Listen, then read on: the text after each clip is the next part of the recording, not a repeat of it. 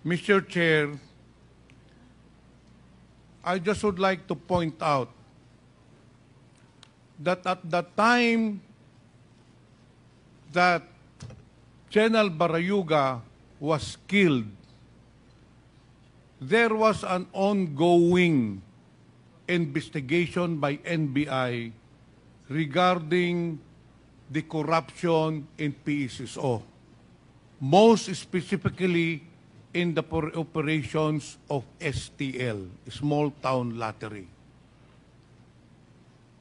In fact, bago po siya napatay, itong si General Barayuga, according to NBI officer in charge, Eric Distor, General Barayuga was prepared with all the documents, and in fact, he was prepared to testify against the corruption and illegal practices in PSSO.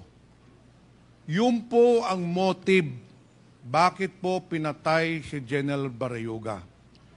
Yung nakita po niyong pick-up kanina na sinakyan ni General Barayuga was given by Colonel Ruyina Garma to make sure na ma-identify po si General Barayuga.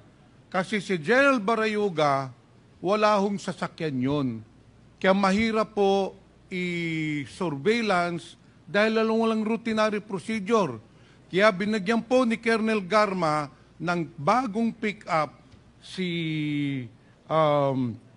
General Barayuga. Yun kasi ang binigay na impormasyon niya kay Nelson Mariano. Pati ang plate number, description sa araw ng pagpaslang.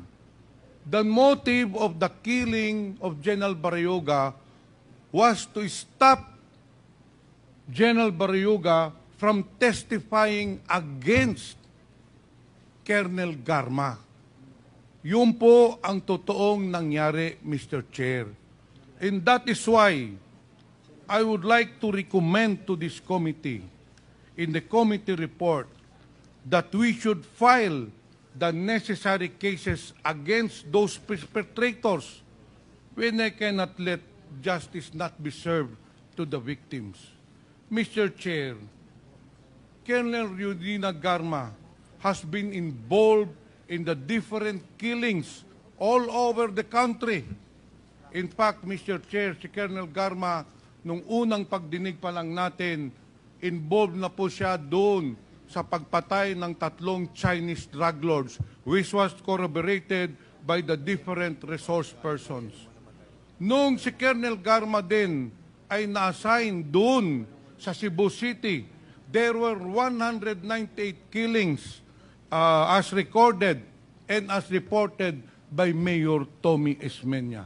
And ngayon po, klarong-klaro po na ang mastermind ng pagpatay kay General Barayuga, walang iba po kung hindi si Colonel Garma in cooperation, in cahoots with Colonel Leonardo, based on the testimony of our 2 resource persons.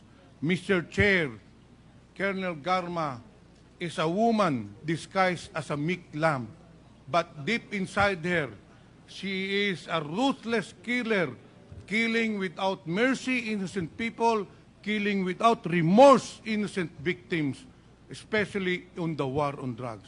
Kaya, Mr. Chair, I appeal that we should include in the committee report to file murder charges against Colonel Garma and Colonel Leonardo.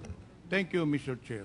Thank you, Congressman Pimentel. The manifestation of Congressman Pimentel will be noted, and his recommendations will be taken in and be written in the committee report once the committee terminates its hearing.